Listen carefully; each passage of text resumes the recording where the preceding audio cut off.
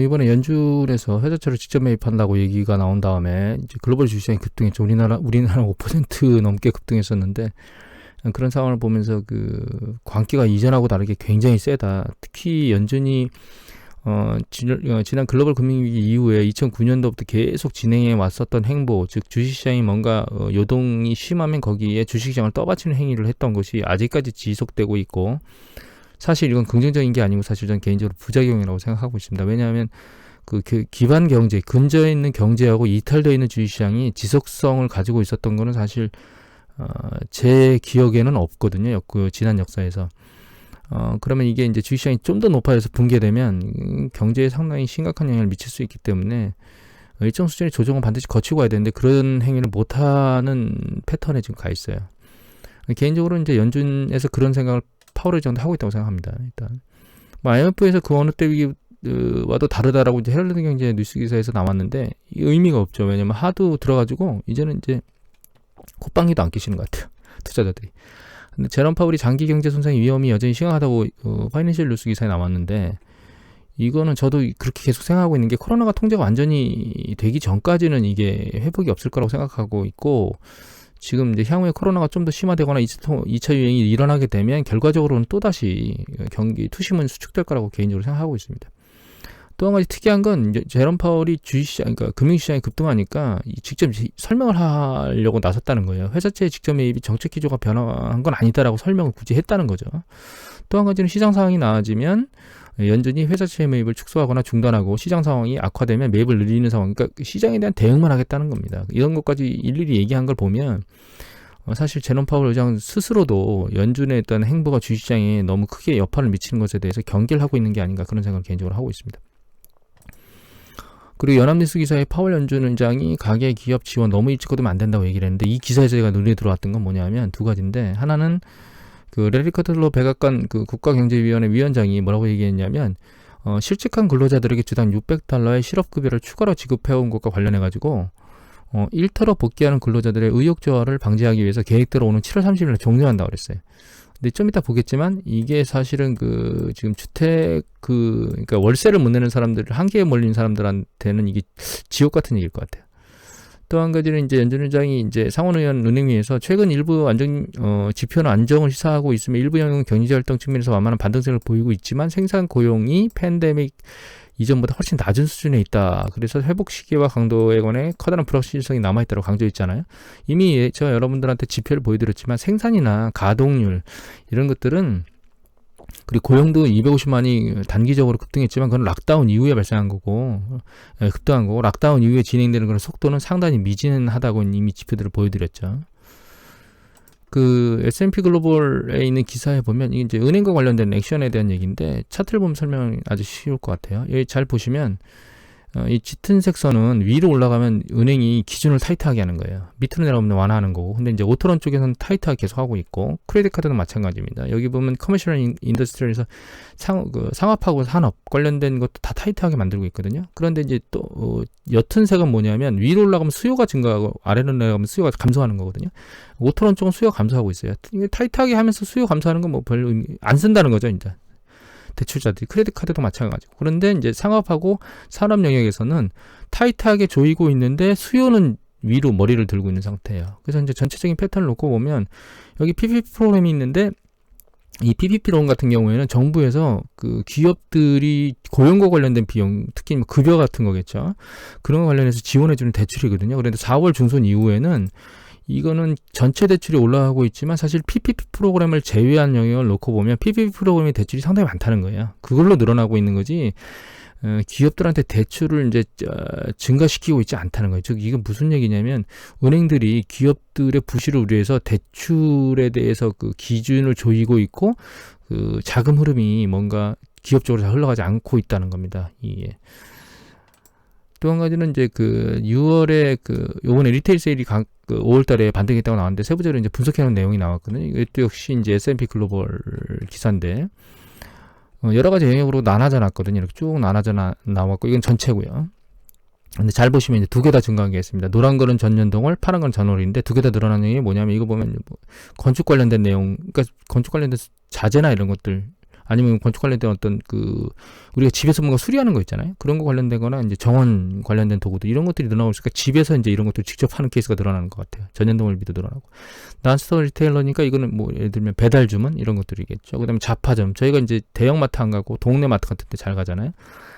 그다음에 이제 음식하고 이제 음료 이런 것들의 영역들이 결과적으로 사람이 잘 나다니지 않고 있다라고 하는 것들이 보이는 거예요. 5월달에서조차도 5월달도. 그리고 이제 좀 늘어난 전년동률이 급등한 게 있는데 가장 급등한 게 보시면 이제 옷이라든가 액세서리 영역인데 문제는 급등한 게 중요한 게 아니고 전년동률 대비 급등한 건 락다운에서 못 쓰게 만들어서 급등한 거잖아요. 전월 대비. 근데 전년동률 대비도 이게 마이너스 60%가 감소했다는 얘기는 사람들이 꼭 필요한 사람들만 나가서 뭔가를 샀지 대부분은 다 외부적으로 가서 이런 것들을 행위를 안 했다는 뜻입니다. 다만 긍정적인 건 그나마 자동차 관련된 것은 이제 매수세가 많이 늘어났다는 거예요. 전월 대비. 전년동률 대비 감소세도 상대적으로 줄고 그래서 리테일 쪽이 반드시 뭔가 정상적인 패턴으로 현재 움직이고 있지는 않다. 돈이 있거나 자동차를 바꿀 사람들은 뭔가 했지만 우리가 일반적으로 옷 같은 경우는 철이 지나면 사잖아요. 그런 것들에 대한 것들도 상당히 이제 많이 줄어있는 상태고 가구나 이런 부분도 녹록치 않다. 전기전자제품 마찬가지로 작년 대비 30%나 감소한 걸 놓고 보면 소비자들의 그 소매 패턴이 소매에 대한 패턴이 그렇게 나아진 건 아니다 이렇게 생각을 하셔야 될 것 같고 또 한 가지 중요한 건 여기 보시면 이제 리테일 관련된 기업들이 파산한 건데요. 이건 해마다 파산한 숫자고 이거는 지금까지 파산한 숫자예요. 29개입니다. 6월 2일자까지 파산한 숫자거든요. 그러니까 이제 앞으로도 파산이 계속 늘어날 수 있는 가능성이 높죠. 그러니까 이 리테일 쪽에 있는 속의 고용이 반드시 계속 좋아질 것이다? 이거는 사실 제 생각에는 아닐 수 있다라고 보거든요. 밑에 보면 또 뭐가 나와 있냐면 트리플 C 이하에 있는 그 리테일 세일, 그러니까 위험 파산의 위험성에 직면한 애들이죠. 그런 애들이 지금 아직 15개나 있어요. 앞으로도 리테일 쪽에 소매 판매 쪽에 있는 관련 기업들이 파산할 수 있다는 겁니다. 이런 생각을 해야죠. 사실 소매 판매 쪽에 있는 이제 숫자들이 여기 보면 한 1,500만 정도 막 됐었는데 직전에 5월 달에 36만 7천이 고용됐거든요. 이렇게 올라왔거든요. 숫자가 1,300명 늘어났는데 그 전에 여기 보시면 4만 6천이 잡이 줄었고 그 다음에는 210만 명이 잡이 줄었거든요. 그리고 거기서 요만큼 반등했다고 이게 뭔가 획기적으로 바뀌었느냐 이렇게 생각하면 안 된다는 겁니다. 저는 개인적으로. 락다운을 강제적으로 하고 그걸 완전히 오픈했는데도 불구하고 반등세가 이 정도인데 아직도 계속 파산하고 있고 6월 달에도 벌써 여기 보시면 3개나 파산했거든요. 그리고 파산할 수 있는 가능성을 가지고 있는 기업이 이렇게 많은데 과연 이게 꼭 획기적으로 좋아지고 있는 거냐라고 하는 건 저는 개인적으로 굉장히 의문입니다. 이제 앞에 600달러 관련된 내용인데요. 이건 이제 오래된 기사입니다. 4월 2일자에 보면 이제 뉴욕 세입자 중에 80%가 임대를 낼 여력이 없다라고 나와 있고 이 내용 중에 제가 눈에 들어왔던 이거였거든요. 뉴욕시가 자가주택을 갖지 못한 세입자가 약 540만 명으로 전체 인구의 3분의 2랍니다. 굉장히 많죠. 그런데 이 사람들이 월세를 못 내고 강퇴를 하는 걸 이제 유예를 해줬는데 밑에 내려가면 무슨 얘기가 있냐면 가디언즈는 세입자 모임 규모의 인터뷰를 인용해 샌프란시스코에서는 방 한 개짜리 집세 월세가 3,479달러입니다. 방 한 개짜리가. 월세가 거의 한 400만 원 가까이 되는 거죠. 굉장히 규모 크잖아요. 그리고 실직한 사람도 많은데 과연 이게 잘 견딜 수가 있겠느냐라고 하는 거예요. 매월 그나마 고정적으로 주던 600달러가 사라지게 되면. 그래서 이제 최근 내용을 보면 최근 내용입니다. 이건 6월 16일자면 30% 미국인의 30%가 6월 달에 집세 내는 것을 완성하지 못했어야죠. 좀 더 세부적으로 이제 아파트 펀드 리스트라고 하는 곳에 들어가 보면 이게 지금이거든요. 6월 달에 이게 30%가 월세를 다 못 낸 거예요. 그 중에 이건 아예 못 낸 사람. 이건 부분적으로 낸 사람입니다. 5월 달보다 1%는 줄었고 아예 못 낸 사람 숫자가 줄긴 했지만 경제가 완전히 재개된 상태에서 저희가 재난지원금이나 이런 것들을 다 받고 있는 패턴에서 놓고 보면 상당히 심각하다는 거죠, 지금 현재. 그리고 여기 보면 이제 각각 어떤 영역별로 나눠져서 나온 건데 이거는 렌트한 사람이고 이 사람은 집을 사가지고 모기지를 납부하고 있는 사람인데 모기지를 납부하고 있는 사람들조차도 18%가 못 내고 있어요. 6월 달에. 렌트하고 사는 20% 아예 못 내고 있고 전체적으로 보면 렌트하는 사람 이게 32% 정도 될까요? 그 다음에 모기지하고 하는 사람은 29%. 그러니까 그나마 이제 집을 가지고 모기지 사서 이제 모기지를 못 내는 사람이 그나마 낫다는 거죠. 또 한 가지 좀 심각한 건 여기 잘 보시면 이게 소득 규모잖아요. 소득 규모 물론 큰 사람들조차도 못 낸 사람 14%, 부분이 7%. 이게 구분이 없다는 거예요. 구분이. 영역별로, 나이대별로 놓고 보면 나이 많은 사람이 경제적 소득이 상당히, 그러니까 월 자산은 보유하고 있을 수 있지만 월 소득 캐시가 적잖아요. 그러니까 그런 사람들이 뭔가를 못 하고 있는 거죠, 지금. 그리고 이건 뭐냐면 집에서 풀타임 일하는 사람, 이거는 부분 일하는 사람, 집에서 일할 수 없는 사람인데, 역시 이제 그나마 일하는 사람들은 좀 내는데, 특이한 건 파트에 있는 사람들이 오히려 일하지 못하는 사람보다 훨씬 더 높은 수준에서 못 낸다는 게 특이한데, 하여튼 이걸 놓고 보면 전 영역에서 지금 문제가 심각하다는 거예요. 이거는 뭐냐면 이제 5월 달에 힘들 사람이 6월 달에도 계속 힘들어지고 있다는 얘기고요. 이거는 뭐냐면 렌트한 사람 중에 이제 집에서 쫓겨날까봐 걱정하는 사람인데, 이건 이제 렌트한 사람이 이건 모기지로 내는 사람이거든요. 렌트한 사람들은 보면 여기 약간 걱정하고 있다라고 하는 사람을 시작해서 심각한 사람까지 다 포함해보면 37%가 지금 집에서 쫓겨날까봐 걱정하고 있습니다. 모기지론을 가지고 있는 사람은 이제 26%예요. 그나마 모기지를 하고 있는 쪽에서 좀 유해가 센 거죠. 제가 이제 어제 기사 보여드렸잖아요. 노잡 롤렌트 해가지고 그 집 빌려준 사람들이 막 강제로 내보내려고 한다고. 그래서 이제 은행과 관련된 쪽은 그나마 덜하지만 실제로 렌트업자에 있는 사람들을 내쫓으려고 하는 어떤 강력한 움직임을 보이고 있다는 거죠. 이제 이런 상황들이 결과적으로는 실질급여 $60, 주당 $600라고 하는 게 사실 그렇게 큰 금액은 아니지만 사람들에게 안정감을 줄 수 있는, 주택거주에 대해서 그나마 좀 도움을 줄 수 있는 영역이라고 이제 예전에 기사에서 한번 나왔었는데 그걸 보여드렸죠. 지금은 그게 이제 차감하면서 결과적으로 고용에 대한 부분으로 넘어가려고 하는데, 과연 고용이 쉽게 되겠느냐라고 하는 게 저 개인적으로 이제 물음표입니다, 사실은. 이걸 왜 제가 분석하는 거냐면, 이 사람들이 심리적으로 굉장히 악화되어 있는 상태고, 이런 사람들은 과거로 돌아갈 수 없다는 거예요, 지금. 최소한 아껴야 되고, 최대한 안 써야 되는 상황인 거거든요.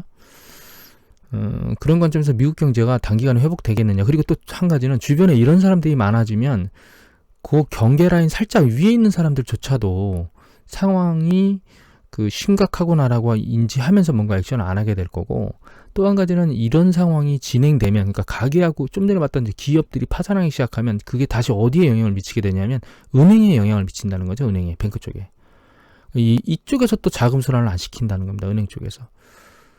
사실 경기가 확장하려면 결과적으로 돈이 돌아야 되거든요. 근데 이 심리적으로 가게나 기업은 위축돼서 돈을 안 쓰게 되고, 은행은 자기네가 부실화될까봐 안 쓰게 된다는 거죠. 그러면 전체적으로 시스템이 자금이 돌 수 없는 시스템으로 경기가 가고 있다는 거거든요.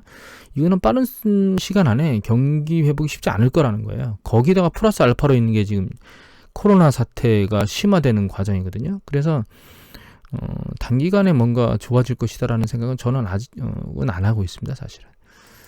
오늘 나온 지표 중에 하나 더 그나마 이제 봐야 될 게 뭐냐면, 이제 주택 관련된 착공인데요. 주택 착공이 확 줄었다가 5월 달에 착공 수가 늘긴 늘었는데 굉장히 미진해요. 늘어나는 정도가. 줄었다가 늘어난 정도가 굉장히 미진하고, 그 다음에 전년 동월비로 보면, 여기 보면 이제 전년 동월비는 한 23% 감소한 상태입니다, 지금.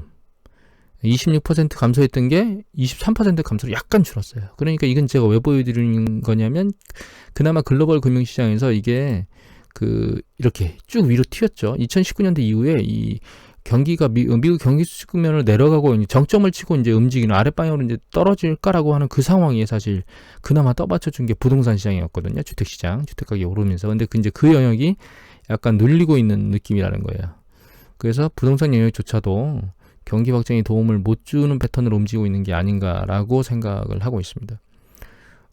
투자가 굉장히 어렵습니다. 그러니까 과거에 그 IT 버블 때나 혹은 글로벌 금융위기 때보다 훨씬 더 강하게 광기가 현재 몰려 있는 상태고, 그 광기를 조정하기 결론적으로는 버냉키 전원장하고 제닛 옐런 전원장인데, 그 독박을 쓰고 있는 게 지금 제롬 파월 연준 의장이거든요.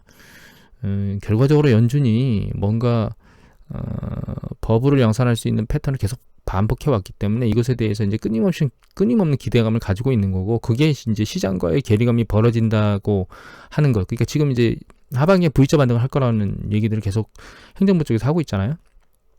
하지만 그렇지 않다라고 하는 일이 실제로 이제 눈에 드러나면 지표가, 그러니까 예를 들면 6월, 7월, 8월 이렇게 넘어가면서 실제로 전월 대비 이제 증가하는 추세가 약화되고, 거기다가 이제 예를 들면 2차 유행이 심화되는 게 실제로 가시적으로 보이거나 어떤 그런 것에 의해서 이제 주지사라든가 CDC에서 뭔가 액션을 취하는, 강제적으로 이제 활동을 이제 막는 그런 액션을 취하는 그런 것들이 발생하면 이제 투심이 약화되면서 시장이 조정을 받지 않을까, 현재는 그렇게 생각하고 있습니다. 오늘은 이것으로 마치도록 하겠습니다. 감사합니다.